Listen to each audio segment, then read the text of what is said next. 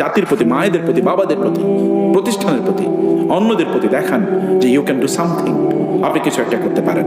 সে কারণে আপনাকে ফোকাসটা ঠিক করেন প্লিজ, এবং এনার্জি এখানে দেন। এইটা সিদ্ধান্ত নিয়েছেন আপনি এটা হবেন, আপনি এই কলেজের সবচেয়ে ভালো ছাত্র হন না, আপনার ব্যাচে আপনার চেয়ে ভালো কোনো ছাত্র নাই, বাংলা আপনার চেয়ে ভালো কেউ জানে না, আপনি বাংলা সাহিত্যের ওস্তাদ হয়ে গেছেন, আপনি হন।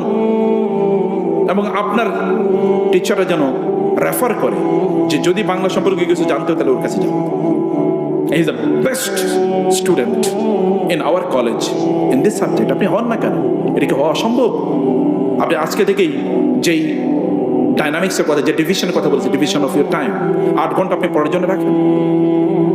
আপনার তো অন্য কোনো কাজ নাই, কষ্ট করেন।